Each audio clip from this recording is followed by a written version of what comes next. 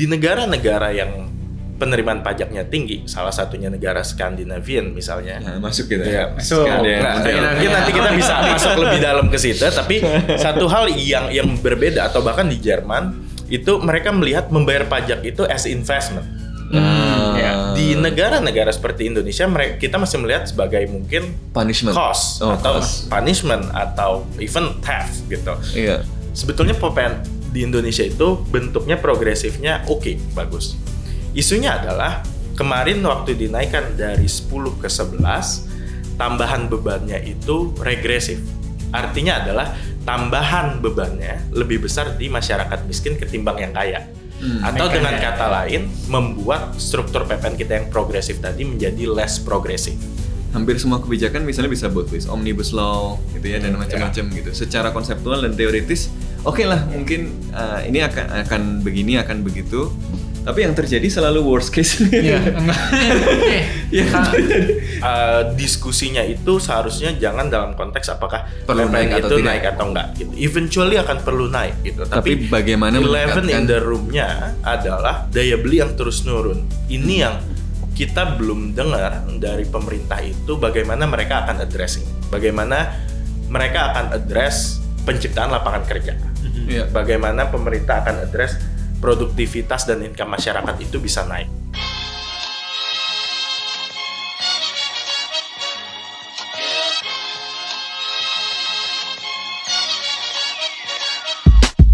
Selamat datang kembali di podcast Bebas Aktif season 3 episode ke-57. Kita kembali lagi di sini dan gue bersama Mas Sofwan, dan di sini juga kita kedatangan satu tamu spesial yakni Mas Teguh Rifki.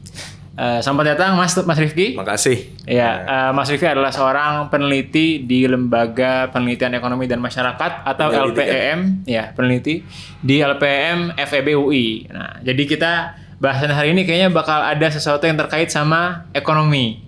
Khususnya yang beberapa minggu lalu sempat ramai dan terus ramai sebenarnya sampai sekarang karena masih ada tarik ulur berkaitan dengan kebijakannya, yakni kenaikan PPN menjadi 12%.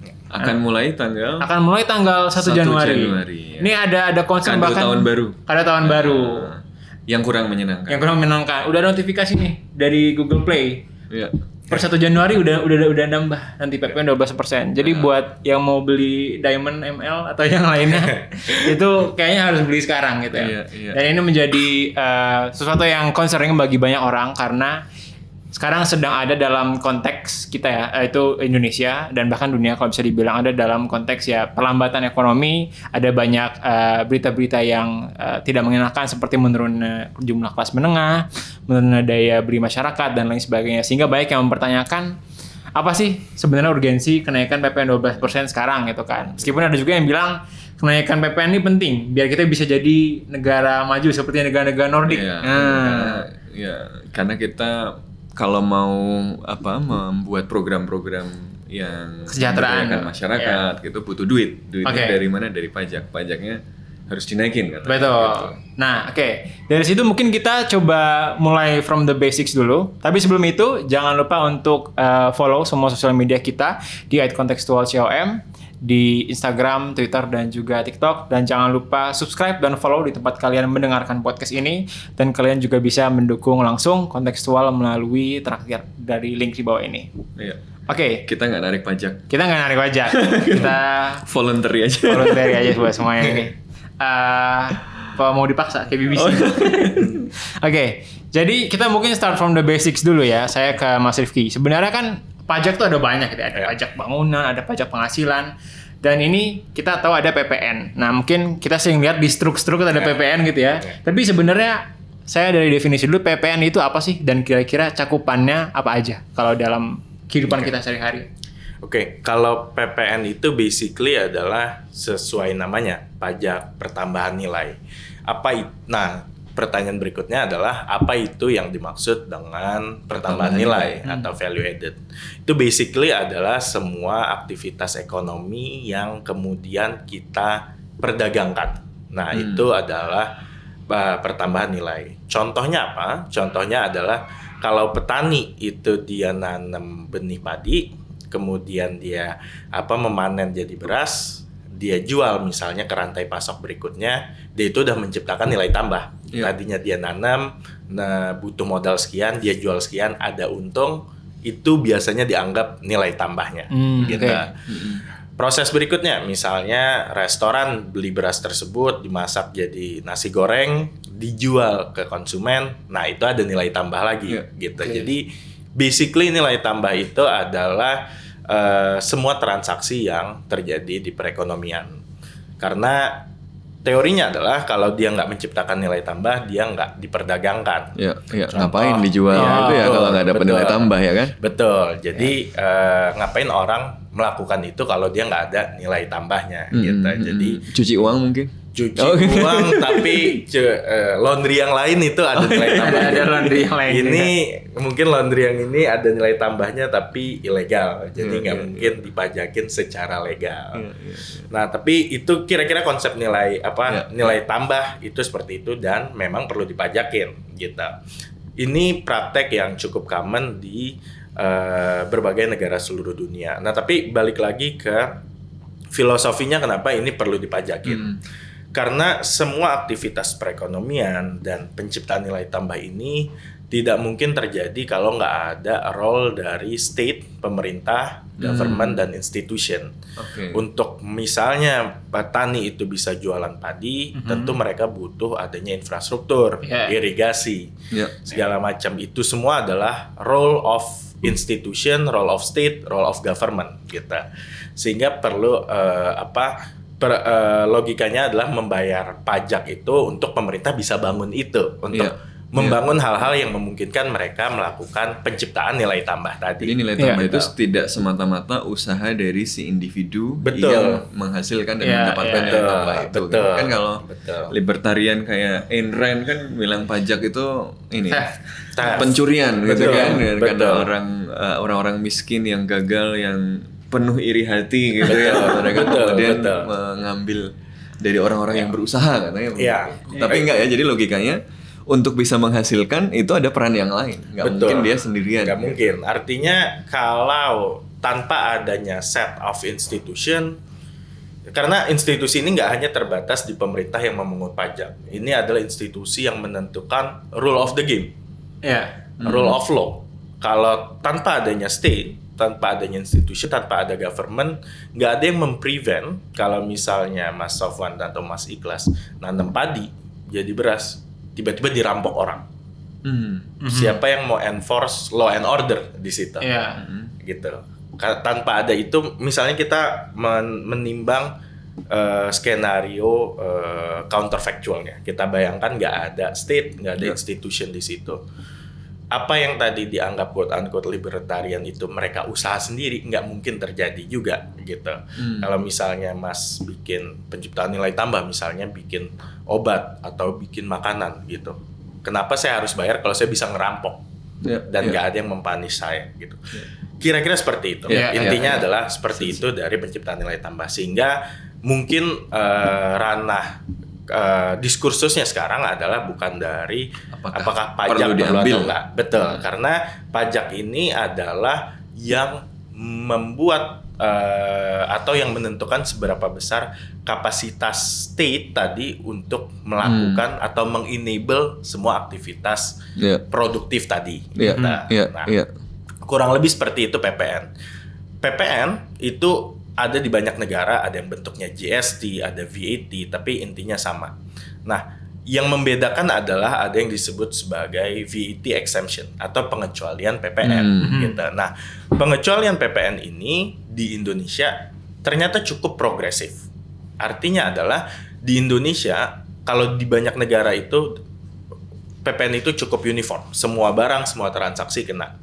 Di Indonesia itu cukup progresif dalam arti banyak kebutuhan pokok yang sebetulnya dikecualikan dari PPN. Sembako gitu. itu nggak kena atau kena? Sembako nggak kena, setahu saya ya. Tapi transaksi beli buku nggak kena gitu. Artinya hal-hal mendasar yang kurang lebih terhadap kemarin kebutuhan. beli buku ada PPN. Iya.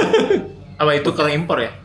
Nah, itu kalau impor, tapi bisa kita cek detailnya, itu banyak sekali yang dikecualikan dan umumnya sifatnya adalah kebutuhan pokok. Misalnya belanja misalnya air dan irigasi itu setahu saya juga nggak kena.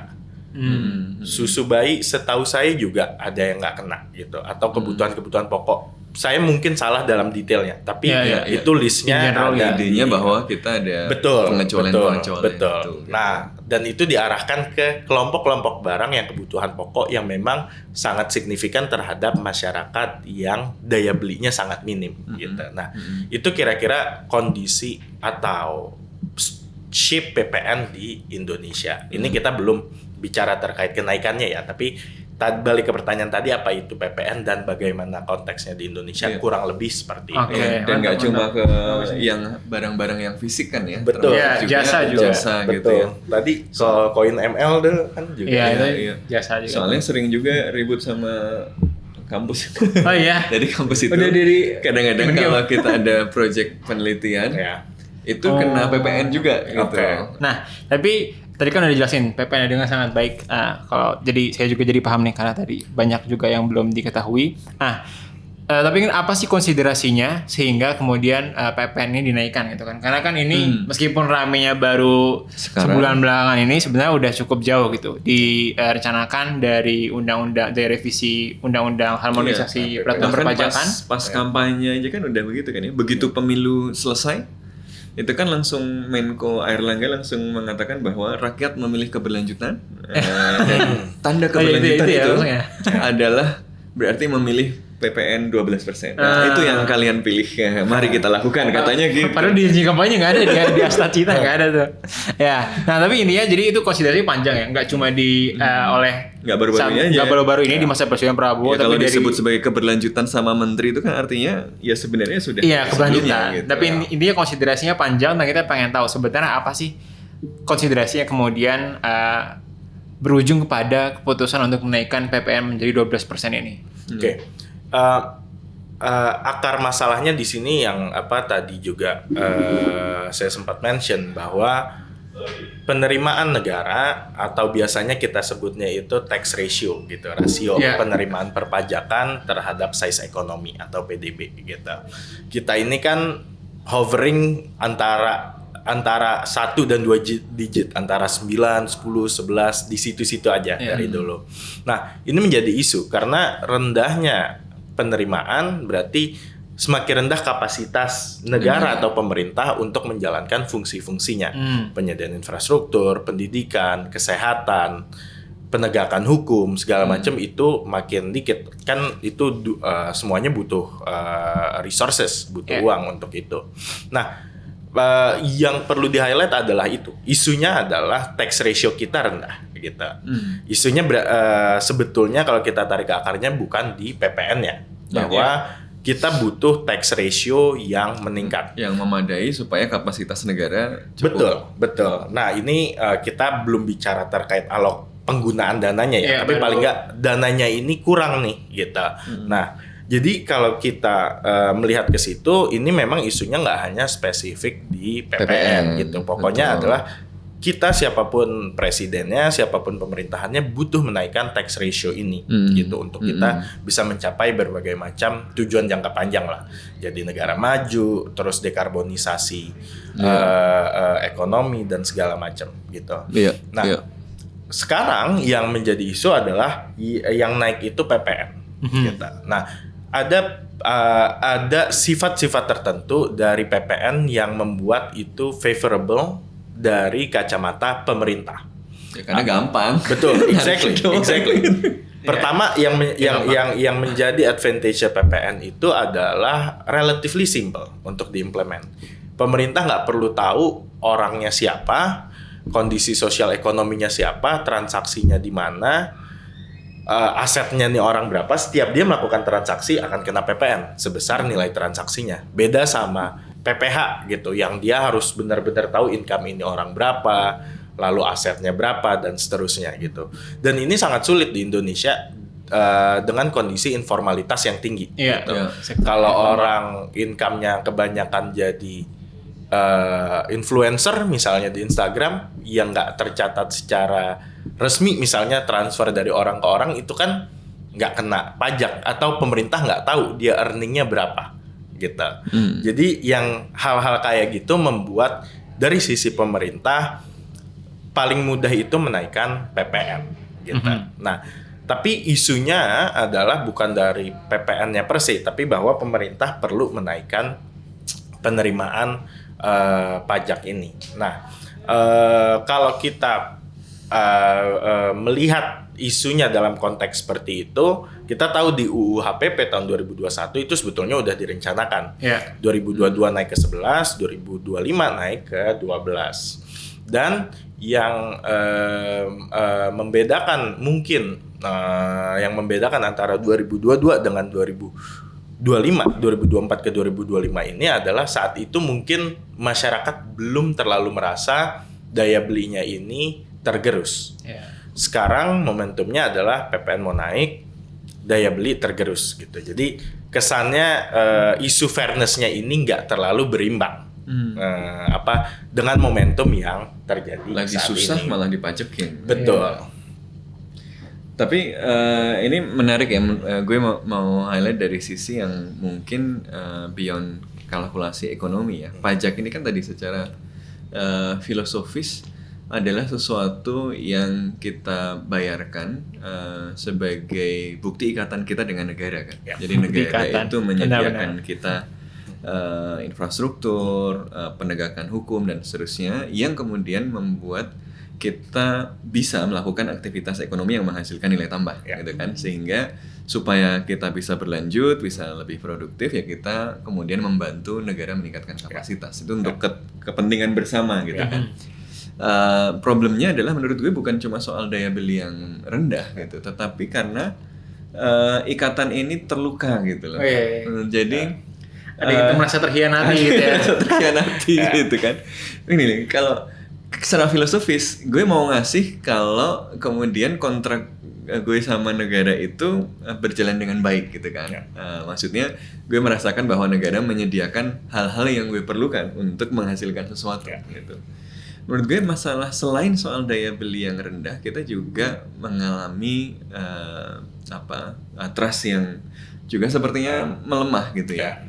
Bahwa publik melihat bahwa negara mungkin tidak melakukan its side of the contract gitu ya dengan benar gitu kan. Tadi kalau dibilang negara butuh meningkatkan kapasitas gitu. Publik akan melihat misalnya berapa yang dialokasikan, misalnya kemarin habis ada penembakan anak SMK itu publik langsung lihat anggaran besar sekali untuk pengadaan alat senjata amunisi untuk melakukan kekerasan gitu. Sementara untuk hal-hal yang dibutuhkan publik nggak ada gitu. Jadi publik tuh melihat lah gue bayar tapi siapa yang dapat manfaat gitu kan. Beberapa waktu yang lalu rame misalnya soal orang aku jadi staff gitu, gajinya sekian gitu, sementara orang lagi susah gitu. Jadi menurut gue itu ada banyak hal yang terakumulasi yang membuat orang itu lagi nggak percaya gitu sama negara gitu, hidup lagi susah, negara nembakin orang gitu kan dengan impunitas gitu kan. Terus ngapain gue kasih duit lagi gitu. Jadi karena negara tidak menjalankan komitmennya dengan baik, ngapain gue menjalankan komitmen gue dengan baik gitu loh. Jadi orang merasa ini kontrak yang berjalan sepihak. Ngapain gue ikutin gitu. Terkait itu memang banyak studi yang meng-highlight terkait apa yang kemudian membuat satu negara itu tax ratio-nya bisa tinggi, apa yang membuat negara lain bisa rendah. Ada berbagai macam faktor, tapi salah satu faktor yang juga berpengaruh itu adalah compliance. Seberapa comply sih orang untuk membayar pajak, seberapa patuh, seberapa taat. Nah, apa yang mempengaruhi faktor compliance tadi? Ada aspek informalitas, ada aspek penegakan hukum. Kalau pemerintah kemudian nggak bisa menegakkan hukum, kan orang bisa ngemplang pajak dan fine-fine aja gitu. Tapi hal lain yang menarik yang juga berpengaruh adalah bagaimana persepsi masyarakat terhadap membayar pajak itu. Nah, di negara-negara yang penerimaan pajaknya tinggi, salah satunya negara Skandinavian misalnya. Nah, masuk kita. Ya, masuk. Nah, mungkin nanti kita bisa masuk lebih dalam ke situ. Tapi satu hal yang berbeda atau bahkan di Jerman itu mereka melihat membayar pajak itu as investment. Ya. Di negara-negara seperti Indonesia, kita masih melihat sebagai mungkin Punishment. cost atau punishment atau even theft gitu. Iya. Karena banyak juga orang yang sangat resisten membayar pajak karena kenapa gue bayar pajak kalau gue dapetnya cuma gini. Iya, Itu kan iya. dalam skala kecil adalah misalnya kayak kita punya duit 100 juta buat nyekolahin anak. Kita percayain ini pemerintah yang ngelola atau kita cari sekolah sendiri gitu.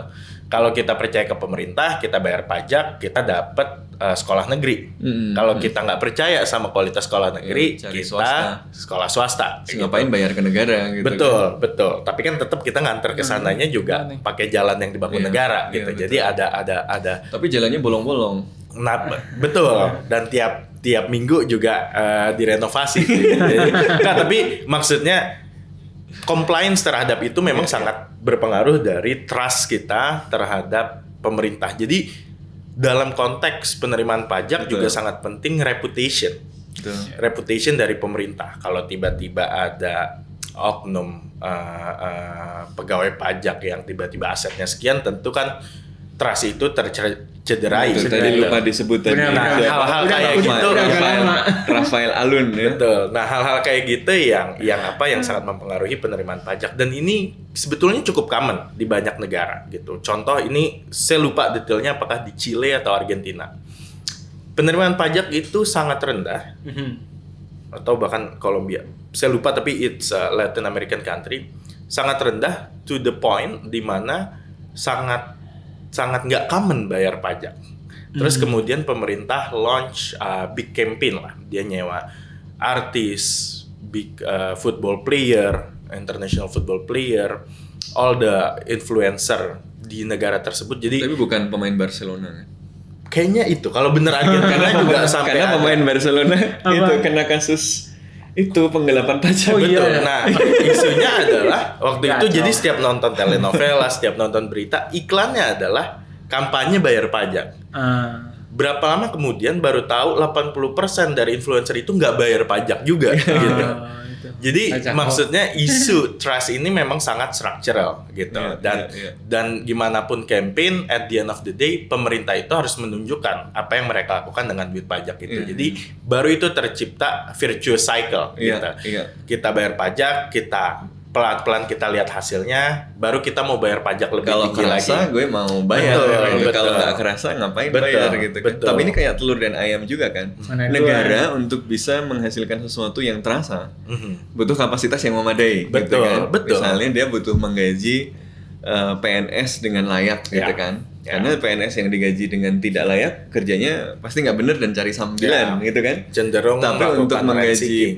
menggaji PNS dengan layak butuh duit, butuh Betul. duit, butuh pajak gitu. Betul. Orang nggak mau bayar pajak karena kerja PNS-nya nggak bener. Ya. Nah, kerja PNS-nya nggak bener karena nggak dibayar dengan layak. Muter aja. Ujungnya di gitu. mana? Jadi Mana? emang rada repot gitu. Dan ini isunya mungkin sebetulnya menurut saya lebih juga intergenerasi. Orang Oh, ya? yang single atau dia belum berkeluarga, bayar pajak adalah untuk benefit dirinya sendiri atau sekitarnya. Orang berkeluarga punya anak bayar pajak untuk masa depan anak-anaknya gitu. Iya. Kita mau lihat oke. nanti Jadi- anak saya ini hidup di negara yang infrastrukturnya bagus, kualitas sekolahnya bagus, kualitas fasilitas kesehatannya bagus atau enggak gitu. Jadi itu juga aspek yang menentukan bagaimana pembayaran pajak ini jadi multidimensional. Mungkin buat orang yang tinggal di Jabodetabek misalnya nggak terlalu banyak terasa improvement.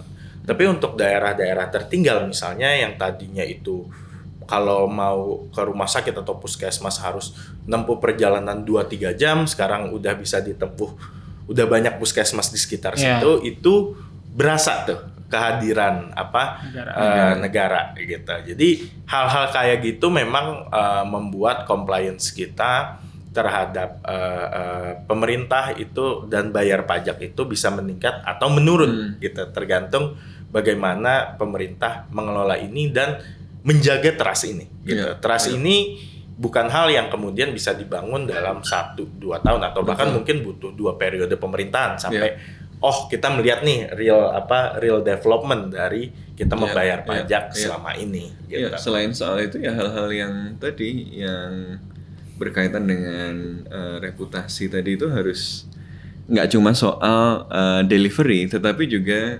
soal bagaimana ekspektasi publik terhadap pemerintah itu kan ya, kayak misalnya gini, kita dipajakin terus tapi uang pajak kita dipakai untuk apa sih gitu kan. Benar. Soal misalnya nyiung-nyiung di jalan gitu kan, ini hal-hal yang bikin sebel semua orang gitu kan. Ini sebenarnya kalau belum bisa deliver karena kapasitasnya masih rendah, minimal sekali jangan rese lah gitu. Jangan rese lah.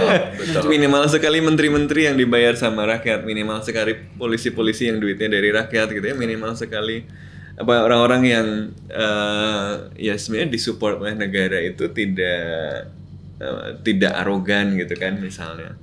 Tapi selain itu juga ada aspek kadang-kadang ada aspek fairness juga Mas. Banyak yang komplain kan, kenapa PPN? Karena PPN paling gampang, ya kan? Iya. Kenapa paling gampang ya? Karena pemerintah malas udah nyoba cara seperti nggak bisa ngambil yang kaya-kaya gitu kan? Nggak takut gitu, karena yang kaya-kaya ada di situ juga, ada di pemerintahan juga gitu. Ada banyak orang yang mereka di pembuat kebijakan paling tinggi, tapi mereka juga punya kekuasaan ekonomi yang besar. Jadi kemarin kan misalnya ada studi soal jumlah royalti yang dibayarkan dari sektor ekstraktif dari pertambangan, kecil sekali, jauh lebih kecil daripada kecil banget ya. Iya, jauh lebih kecil daripada yang dibayarkan di negara-negara yang punya tambang gitu, yang lain juga gitu. Kenapa? Ya karena yang punya tambang juga yang punya negara, yang punya tambang juga yang berkuasa gitu kan. Batu bara, coba lihat politisi kita yang nggak punya konsesi batu bara siapa? Gitu misalnya. Loh gitu, jadi orang kan ngelihatnya, lo ini lo nggak berani narikin lu sendiri gitu ya. Dan jangan-jangan memang lu curang gitu, lu berkuasa dan lu nggak mau ditarik, teman-teman lu juga lu biarin gitu. Sementara lu narikin orang-orang yang bisa ngelawan gitu kan, rakyat kan nggak bisa protes, paling rame ya diambil aja. Kenapa enggak misalnya, kan komplainnya adalah kenapa enggak misalnya mulai dari yang kaya-kaya dulu gitu. Kenapa enggak misalnya nih Prabowo sebagai presiden ya mengatakan yang siap jatuh bangun bersama rakyat, saya akan menunjukkan saya bayar royalti dari seluruh pertambangan yang saya miliki 50%. Itu bukan. Itu tidak mengurangi kekayaan dia gitu. Benar. Kan. Dan dia membangun trust. Ini kalau Pak Prabowo mendengar lakukan patriot sejati Pak Prabowo. Nah, gitu kan itu menunjukkan bahwa ini loh yang kaya-kaya paus-pausnya ini, ikan-ikan besarnya itu kalau mereka sebenarnya mau bertanggung jawab dengan their fair share, sebenarnya bisa ya kan secara ini ya, iya nggak sih? Kenapa nggak begitu gitu? Kadang-kadang pertanyaan dari orang-orang kan begitu. Kenapa nggak ikan-ikan besar ini yang diminta? Ini mungkin debatable ya. Dalam konteks I would argue bisa atau enggaknya gitu. Nggak semudah itu. We all know what to do, we just don't know how to do it. Karena isu terkait taxation ini nggak hanya terjadi di Indonesia, seluruh dunia. Benar. Tiap tahun meeting G20, isu taxation ini salah satu yang paling dibahas. Dan ini even di negara seperti US pun masih menjadi isu besar terkait wealth tax dan income tax gitu, yang relatif cenderung tidak progresif ke masyarakat yang ultra wealthy gitu. Jadi saya bisa bilang bahwa apa yang terjadi di Indonesia ini sebetulnya cukup common gitu. Bukan hanya maksudnya Indonesia aja yang kemudian nggak bisa men-tax yang kaya gitu. Seluruh dunia juga belum bisa gitu. Walaupun mereka tahu, kita pun tahu itu yang the ideal state of doing taxes. Karena isunya di sini juga adalah yang ultra wealthy individual ini juga satu punya resources untuk misalnya hire tax consultant misalnya. Belum kita bicara aspek tadi bahwa misalnya yang capital owner atau top 10% or top 5% or top 1% di Indonesia juga masuk ke pemerintahan gitu. Nah, hal-hal seperti ini yang dalam ranah diskusi kebijakan publik mungkin bukan yang paling praktikal gitu. Maksudnya kita tetap bisa aim ke situ, tapi apa yang lebih praktikal untuk kemudian kita meningkatkan tax ratio, karena butuh naiknya tax ratio itu kebutuhan hari ini gitu. Kalau kita nunggu sampai itu yang kita nggak tahu nih berapa tahun lagi bisa gitu. Negara-negara yang punya state capacity besar pun belum bisa melakukan itu gitu. Karena contoh misalnya kalau itu berhasil dilakukan di US, nggak akan ada negara tax haven country di sekitar situ gitu. Di Eropa kalau bisa nggak mungkin ada Swiss. Di kawasan Asia nggak mungkin ada Singapura atau Hong Kong gitu. Jadi it's a common problem. Apakah Anda sedang mengimplikasikan bahwa Singapura, Hong Kong, dan Swiss adalah tax haven? Dan memang that's a fact. Mau bicara bahasa lebih ini. Dan itu nggak enak. Nggak ada bahasa yang lebih soft dari itu. That's the minimum. Kalau kita lihat di level global, karena gini, ada diskusi terkait wacana dari negara ini diinisiasi oleh negara Eropa dan kalau nggak salah OECD adalah untuk melakukan automatic exchange of information. Artinya apa? Artinya Indonesia bisa tahu berapa banyak aset orang Indonesia di Singapura, di negara lain. Jadi ada automatic exchange sehingga itu mengurangi leakage kalau orang misalnya mau mengaburkan asetnya ke negara lain untuk menghindari tax pajak purposes gitu. Singapura salah satu negara yang selalu menolak itu. Pasti nggak mau. Jadi maksudnya that's the reality gitu. Itu bukan maksudnya klaim atau tuduhan mereka gitu. That's memang bisnis model negaranya begitu. Kalau kami ngomongnya nggak klaim-klaim mas, reality gitu. Memang susah banget ngomongnya.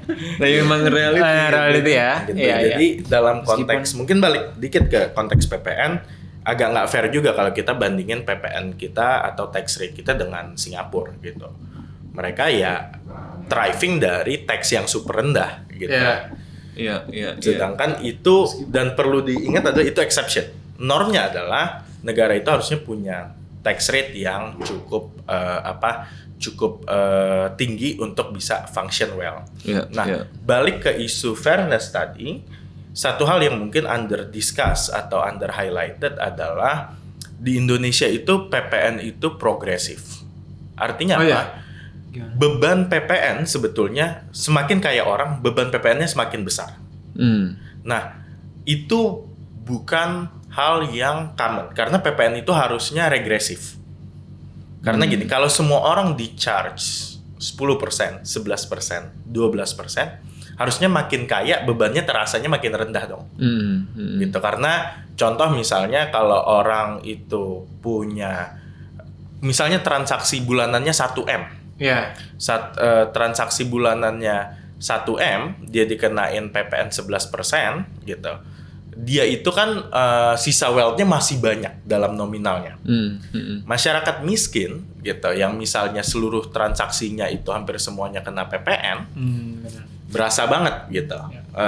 Misalnya 1 juta gitu tiba-tiba hilang 110.000. Iya, itu kan udah bensin sehari. Kalau orang kaya itu kan nggak akan mempengaruhi daily life-nya gitu. Nah, itu normalnya PPN begitu, regresif. Makin kaya makin nggak berasa beban PPN. Di Indonesia kebalik, justru progresif.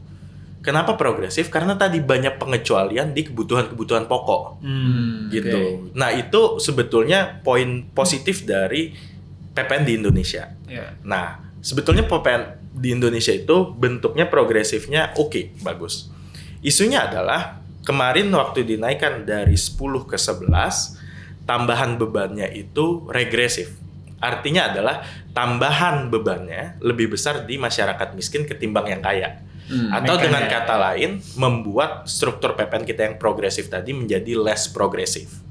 Gitu. Jadi misalnya tadi bebannya di orang miskin itu 100.000, di orang kaya misalnya 10 juta yang transaksinya 100 juta, tambahannya ini nambahnya lebih gede nih di orang miskin ketimbang di orang kaya gitu. Jadi makin flat lah. Dan yang 12% juga karakternya akan seperti itu. Nampaknya akan demikian gitu. Nah, itu yang jadi isu. Jadi sebetulnya PPN sendiri not necessarily a bad instrument di Indonesia karena isu fairness-nya sebetulnya udah ada di PPN dari berbagai macam progresif exception. tadi gitu. Betul, tapi waktu dinaikkan ini yang kemudian menjadi kurang progresif, plus ada isu daya beli, plus ada isu penurunan kelas menengah dan segala macam, membuat ini seakan-akan instrumen yang buruk gitu. Dan juga dampaknya pada ekonomi kan ya. Kayak beberapa lembaga, nggak tahu LPN juga, Selios gitu ya, misalnya bikin simulasi yang kalau naik 12%, inflasi akan meningkat gitu kan ya dengan kita nggak bikin inflasi. Selios berarti ya. Selios yang lain. Lembaga lain. Dan ya itu kan mulai terasa kayak tadi Google apa gitu sudah mengumumkan. Ini kontraproduktif atau enggak? PPN ya? Iya. Kan niatnya Economic growth ya. Niatnya nyari duit untuk meningkatin kapasitas gitu kan, tapi tujuan utamanya kan dengan kapasitas negara, produktivitas masyarakat bisa meningkat gitu kan. Tapi justru dengan ini ada inflasi, masyarakat kemudian mengurangi aktivitas ekonomi malah rendah. Inflasi plus daya beli rendah agak repot kan. It could go both ways. Jadi bisa ke dua arah nih. Waktu PPN dinaikkan itu kan sebetulnya state capacity nambah. Kalau itu digunakan untuk productive use, sebetulnya itu bisa generate growth gitu. Dan kalau gini, atau bisa juga kebalikan, PPN naik nggak terjadi apa-apa, berarti daya beli semakin ketekan gitu. Daya beli semakin ketekan, growth semakin turun. Jadi ini bisa dua-duanya, tapi sebetulnya yang tadi mungkin inflasi itu juga most likely nggak akan terjadi kalau daya beli turun gitu. Harga-harga naik, tapi kan kalau orang nggak beli juga tekanan inflasinya sort of cancel out ya. Jadi Kalau inflasi saling Betul. menegasikan. Betul, dan pasti Tapi kan bisa produsen pun stagflasi gitu ya. bisa juga stagflasi kan kalau inflasinya tinggi, growth-nya stagnan. Tapi kan inflasinya nggak naik, jadi sebetulnya nggak ke arah stagflasi juga. Stagflasi kayak enggak. Betul, tapi intinya adalah mungkin ini yang kalau kita zoom out mungkin akan lebih clear gambarnya. PPN naik ini nggak akan menjadi isu kalau daya beli masyarakat itu terus tumbuh gitu. Karena PPN naik, apapun instrumen dan caranya, baik itu PPN, PPH, naik itu memang perlu di Indonesia. Tax ratio itu perlu naik. Yang jadi isu adalah ini naik saat daya beli nggak meningkat gitu. Jadi saya rasa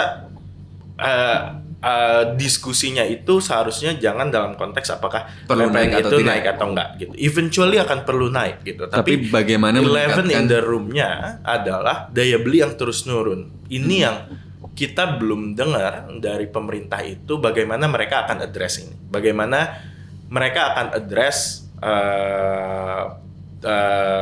penciptaan lapangan kerja.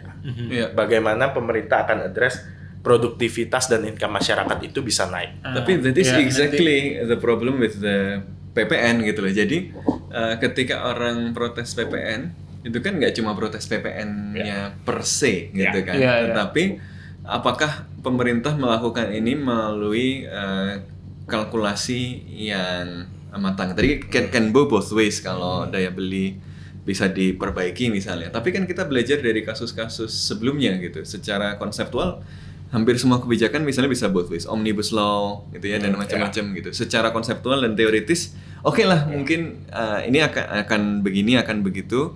Tapi yang terjadi selalu worst case. Iya, enggak. yang terjadi, yang kenapa? Karena ada konteks ekonomi politiknya. Konteks ekonomi politiknya apa?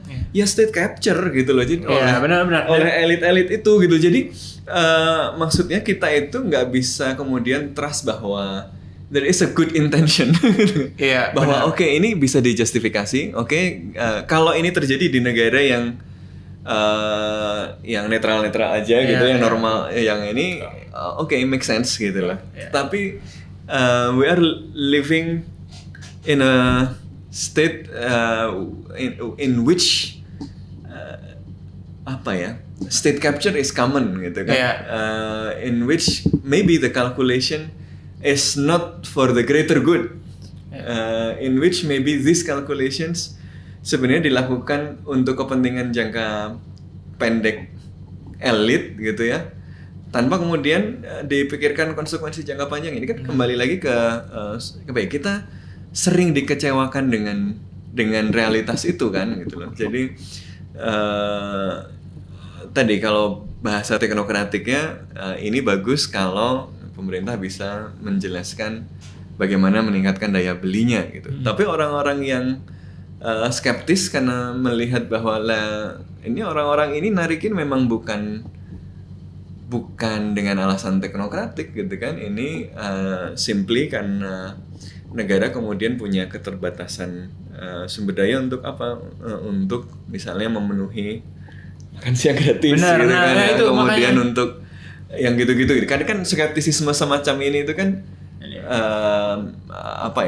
muncul juga gitu Iya, di iya. Ini masyarakat. Kita kan ngomong nih as if kita punya solusi semuanya, kita ngerti semuanya lah ini kan nih.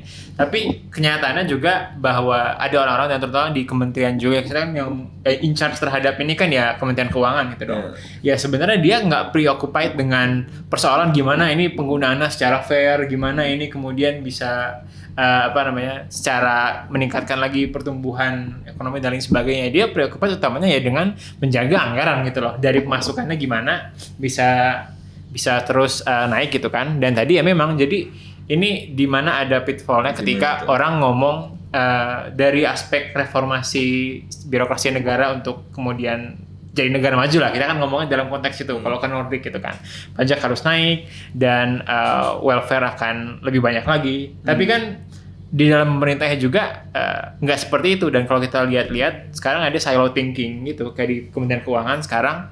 Ya dia fokusnya ke situ aja, naik aja. Tapi dia nggak in charge dan nggak ada yang bisa kita at this point ya untuk bisa menagih agar uang yang pajak yang ditarik itu bisa keluar secara lebih fair gitu kan. I would argue to both points. I don't think I agree with those points karena satu klaim bahwa peningkatan pajak ini dilakukan dengan motif untuk state capture. I think it's fairly wrong karena kalau kita lihat penggunaan APBN sebetulnya sangat banyak yang digunakan untuk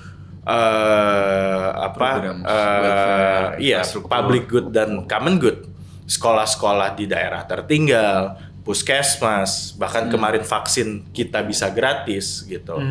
There are many things that the government has done well gitu, and we cannot we have to give credit where it's due. Gitu. Jadi motivasi untuk state capture agaknya terlalu evil dan naif gitu. Kalau motivasi mungkin bukan motivasi. My argument is there is a political economic structure of state capture yang membuat asumsi kita bahwa kalkulasi ini adalah kalkulasi terukur yang teknokratik untuk greater good. Mungkin tidak gitu. I would argue to that as well karena mungkin gini, saya ngelihatnya adalah praktek-praktek yang governance-nya buruk atau mementingkan segelintir elit ini membuat fungsi fiskal menjadi punya leakage atau kebocoran. Kalau kita pump duit lebih banyak, tentu bakal lebih banyak juga good things come out of it. Tapi bocornya juga banyak gitu. Jadi bukan kemudian karena penerimaan negara itu, apalagi penerimaan pajak itu kan nggak bisa di earmark ya. Misalnya penerimaan PPN spesifik ini, untuk gitu. belanja ini nggak Iya, bisa, semuanya nyampur gitu. Iya. Dan dari campuran itu ada keluar yang bagus, ada Ada yang yang jelek. kemudian governance-nya jelek gitu. Ada yang kemudian tiba-tiba dikorupsi, ada yang membuat rent seeking activities dan segala macam itu terjadi, betul. Harusnya duit itu bisa membuat to do more greater goods gitu. Tapi juga banyak hal yang sudah dilakukan betul, dan ini nyambung ke gini, masyarakat yang nggak terlalu merasakan benefit Manfaat, dari ya. fiskal bisa, memang betul bahwa bisa satu karena ada sebagian yang dikorupsi atau di mismanage gitu, atau kedua memang ada potensi, dan ini more likely sebetulnya adalah bahwa harusnya mungkin kalau saya nggak merasakan segitu signifikannya Harus ditambah. kontribusi fiskal, mungkin saya bukan beneficiary dari fiskal, mungkin saya upper middle yang bukan beneficiary, harusnya kontributor ke fiskal. Nah, ini nyambung ke rejection saya ke poin kedua tadi, bahwa Kementerian Keuangan tidak memikirkan isu fairness. I think of all ministry, salah satu yang paling memikirkan itu adalah Kementerian Keuangan. Oh gitu. Karena di fungsi Kementerian Keuangan, fungsi fiskal itu salah satunya adalah realokasi, redistribusi gitu. Mereka lah yang balancing bansos ini banyaknya kemana, ke masyarakat mana. Mereka yang mikirkan siapa yang dipajakin, siapa yang menerima ini gitu.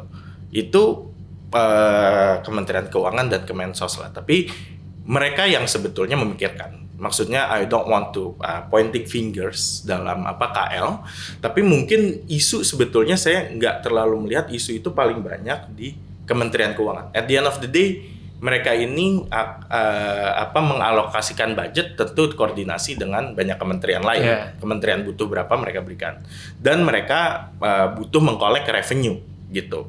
Tujuan dari mereka mengelola ini adalah bagaimana yang memaksimais growth yang inklusif gitu. Tapi kalau kemudian nggak tercipta lapangan kerja, kemudian industri nggak jadi produktif, itu mungkin di kementerian-kementerian lain. Misalnya Kementerian Perindustrian kemana, Kementerian Perdagangan kemana, Kementerian Ketenagakerjaan kemana gitu. Nah itu sebetulnya of all ministries mungkin Kementerian Keuangan salah satu yang performingnya lumayan oke dan konsisten. Tapi memang karena banyak kebijakan yang kesannya ini di-carry oleh Kementerian Keuangan, I could understand kenapa banyak blame-nya ke Kementerian Keuangan. Okay. I would also have responses to those responses gitu ya. Yang yang menjadi concern gue adalah penting untuk melihat bahwa persoalan pajak ini juga berkaitan dengan konteks struktural yang lebih luas kan gitu, struktur ekonomi politiknya juga. Jadi termasuk juga tadi fakta bahwa ada kolusi ya, keterkaitan yang erat antara kekuasaan politik dengan kelompok-kelompok yang dominan secara ekonomi gitu kan. Yang ini adalah konteks yang nggak boleh lepas ketika kita membaca semua kebijakan negara, gitu kan. Termasuk pajak. Gitu. Misalnya tadi soal ya gimana di banyak negara pun sulit untuk narikin pajak dari yang kaya. Ya exactly that's the point. Exactly that is a problem gitu lah.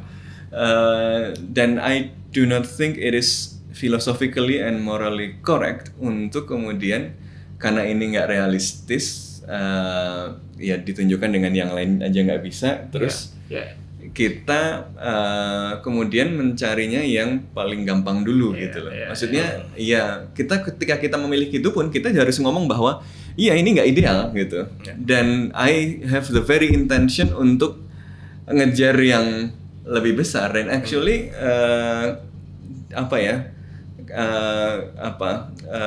orang-orang ini kan orang-orang yang sebenarnya terikat dan terlibat langsung dalam proses itu. Kalau mereka punya good intention, ya tadi kan mereka sebenarnya bisa ngomong ke dirinya sendiri dan ke kelompoknya gitu kan, bahwa saya mau menunjukkan itu gitu. Jadi kembali lagi, gue selalu melihat pajak adalah ikatan yang paling real antara negara dengan rakyatnya.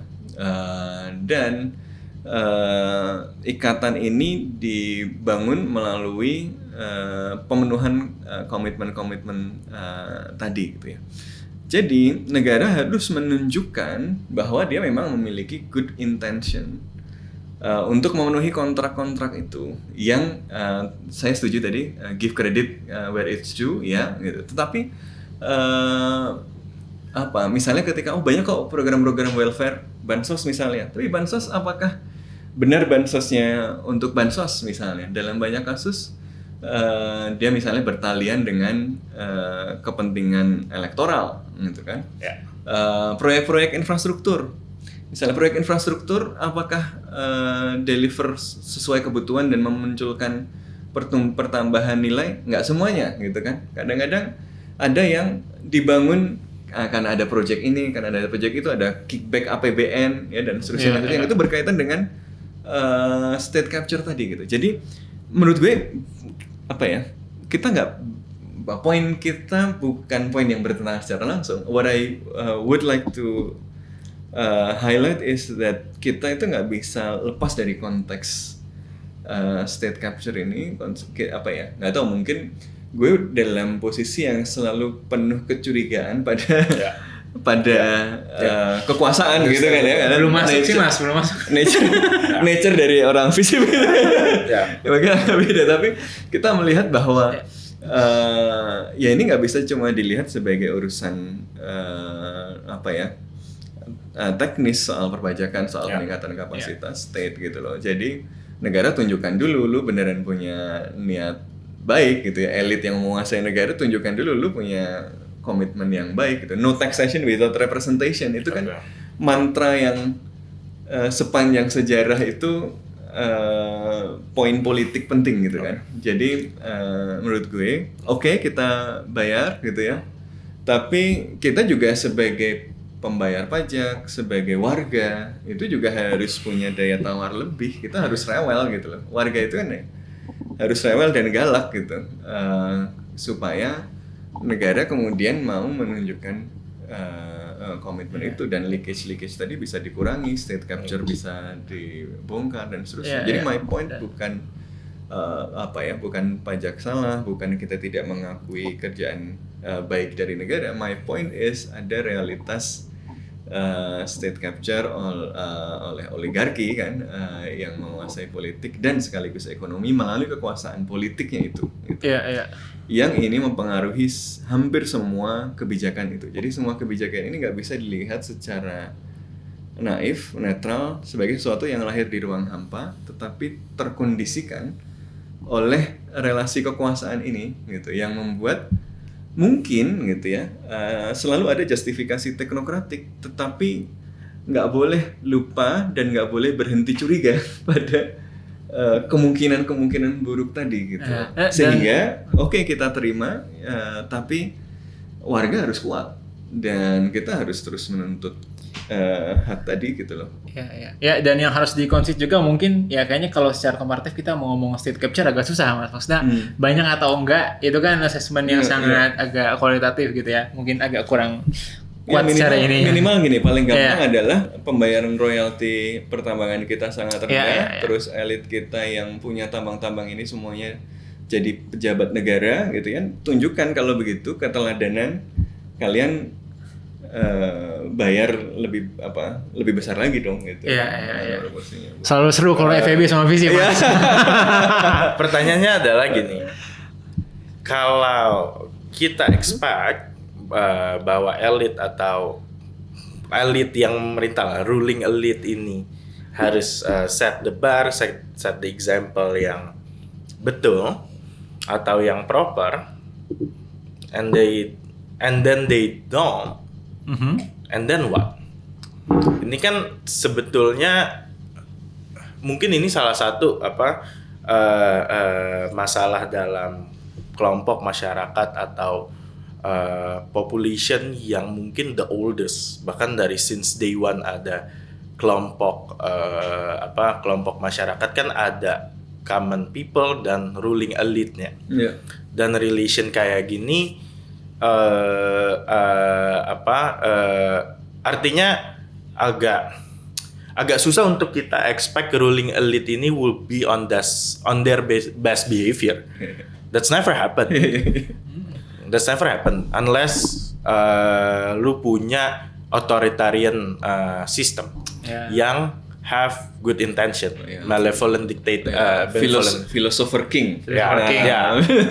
Itu kisah-kisah zaman Nabi atau Lee Kuan Yew. Ya. Tapi bear in mind itu exception. That's not the norm. The norm adalah we have ruling elite who wouldn't be on their best behavior. But terus pertanyaan berikutnya, and then what? How we gonna carry forward from there? How we gonna improve as a society? Ini exactly yang dibahas oleh pemenang Nobel Ekonomi tahun ini, Acemoglu, Johnson, Robinson. How institutions shape economic growth, gitu. Nah, di situ memang selalu dibilang dari beratusan tahun lalu itu selalu institution itu akan punya some sort of extractive behavior. It's not in their nature untuk jadi inclusive state or institution. Nah, when that happens, yang membedakan negara bisa take off menjadi negara maju atau dia punya growth yang bagus atau enggak adalah kalau mereka punya corrective mechanism atau enggak, gitu. Nah, corrective mechanismnya apa? Corrective mechanismnya itu adalah fight back dari society-nya tadi, gitu. Tapi society yang fight back itu mungkin belum sebesar itu di Indonesia. Jadi kita misalnya bisa punya society yang fight back-nya kuat. Ini contoh baru banget, ini kita kan di awal Desember ya. Baru banget kita lihat adalah society yang fight back yang di Korea Selatan. Betul. Waktu presidennya impose martial law, terus di fight back oleh DPR as representatif dari population. Manjak malam-malam sambil streaming. Tapi correction mechanism antara state dan population itu memang harus terus terjadi, gitu. Yang bikin ini failing adalah sampai di poin di mana capacity of the state sangat besar sampai itu over dominating population. And then you have authoritarian regime. Atau kebalikan, power of population is so big yang state capacity hampir nggak ada. And then you have all anarchy, pirate African countries. Somalia. Basically there's no state gitu. Power of population gitu. Tapi dari yang membedakan dulu Korea Utara dan Korea Selatan adalah di Korea Selatan dua-duanya growth, state capacity growing, population capacity growing, sehingga mereka bisa, kalau pemerintah ada yang salah bisa dikorek, pemerintah pun bisa enforce their rule of law ke masyarakatnya gitu. But that's the evolution of democracy. Kita berada di beginning part of democracy gitu. Or end part of democracy. I would argue Tadi skeptis banget terus. How would we say kita end part kita aja belum 100 tahun. Nggak bisa kita bandingin dengan gitu US loh. yang udah beratus-ratus tahun gitu. Yang dia di US, contoh misalnya yang baru-baru ini terjadi adalah di Indonesia, di Jakarta misalnya tiba-tiba ada promotor cancel konser Dua Lipa. Sepihak gitu. Di US karena demokrasinya udah maju, sangat bisa dibayangkan akan ada class action. Class action lawsuit. Di sini kan nggak common, tapi mungkin di US pun awal-awal. Oh, itu tapi mungkin ide bagus. Jadi yang kemarin di cancel bikin class action. Silakan. Silakan. Saya juga kena cancel. Nah itu tuh di tapi maksudnya adalah apa yang kita alami, it's bleak, it is, but that's a part of the process of democracy. Gitu. Tinggal gimana how we handle this gitu. We should always fight back kalau ada yang ini. Tapi memang unfortunately people yang understand bahwa government are doing the wrong thing, not the majority gitu. Karena majority of Indonesians itu juga masih treat political economy as luxury goods. How can they think about pemerintah yang misalnya abuse their power kalau misalnya mereka belum punya job? Mereka masih mikirin day to day kebutuhan harian mereka terpenuhi atau enggak gitu. sampai kita bisa lebih sustain di tahap itu, kita baru akan bisa punya lebih banyak orang yang care about this. Ini mungkin saya ngelihatnya mirip sama isu climate lah. Orang yang care dan take action about isu climate adalah orang yang udah punya rumah, orang yang nggak lapar, orang have all the other things not to worry about. Orang yang masih punya basic necessity to worry about nggak bakal terlalu peduli politik, apalagi climate gitu. Jadi, but that's the state of developing country gitu. Everybody has been through that gitu. Jadi ya. Tapi exactly that's the challenge kan. Realitas bahwa orang baru mikirin iklim kalau dia sudah nggak lapar, sudah nggak kenyang. Tapi kita nggak punya luxury untuk menunggu semua orang kenyang dulu kan. Betul. Kalau akan membuat semua orang kenyang dulu, kiamat duluan kita kan. Betul. Seperti itu juga menurut gue posisi gue di soal pajak ini dan politik ini. Betul bahwa tidak ideal, betul bahwa kita sulit misalnya mobilisasi. Tapi despite acknowledging those limitations, I do think kita punya responsibility untuk kemudian ya meletakkan masalahnya pada konteks tadi. Jadi nggak Oke, mereka para elit ini perlu kemungkinan besarnya tidak dalam their best behavior gitu, tapi tidak dianggap sebagai sesuatu yang normal, yang kemudian ya sudah kita move on, kita kerjain yang ini aja gitu loh. Tapi ya kita demand for reform secara kontinu, secara galak, dan menurut gue penolakan ini juga harus disikapi sebagai begitu gitu loh. Jadi ini adalah upaya untuk ngomong lu nggak bisa gini doang, injek doang ke bawah gitu loh. Lu juga lihat, walaupun ya tentu saja dampak dan macam-macamnya belum tentu, tetapi harus ada moral position yang jelas bahwa sesuatu yang berfokus pada melakukan memberikan intervensi pada yang gampang-gampang, pada yang di bawah itu morally unfair gitu ya, sehingga ada upaya lebih untuk mencoba yang lain gitu loh. Oke, mantap.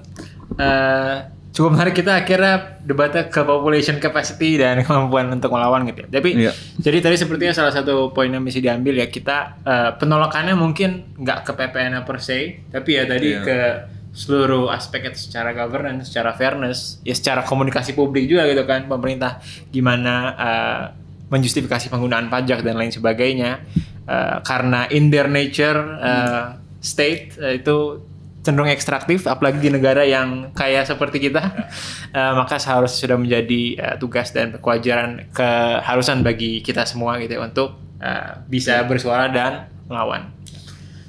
Siap, kalau begitu sudah menjadi diskusi yang sangat menarik soal PPN menjadi perlawanan. Kita pantau terus apakah akan naik 1 Januari 2025, dan kita sampai jumpa di episode selanjutnya. See you. Terima kasih banyak.